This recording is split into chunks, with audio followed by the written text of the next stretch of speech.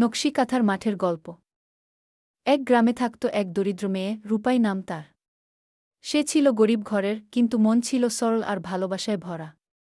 গ্রামে এক যুবক ছিল, সাজু। সাজু ছিল ধনী ঘরের ছেলে। রূপাই আর সাজুর মধ্যে জন্ম নীল প্রেম। তবে তাদের ভালোবাসা সহজ ছিল না। সাজুর পরিবার মানল না গরিব ঘরের মেয়েকে। শেষমেশ সাজুর বিয়ে হয় অন্য মেয়ের সঙ্গে।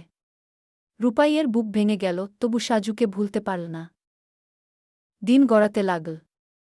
রূপাই একাকী বসে বসে সেলাই করত।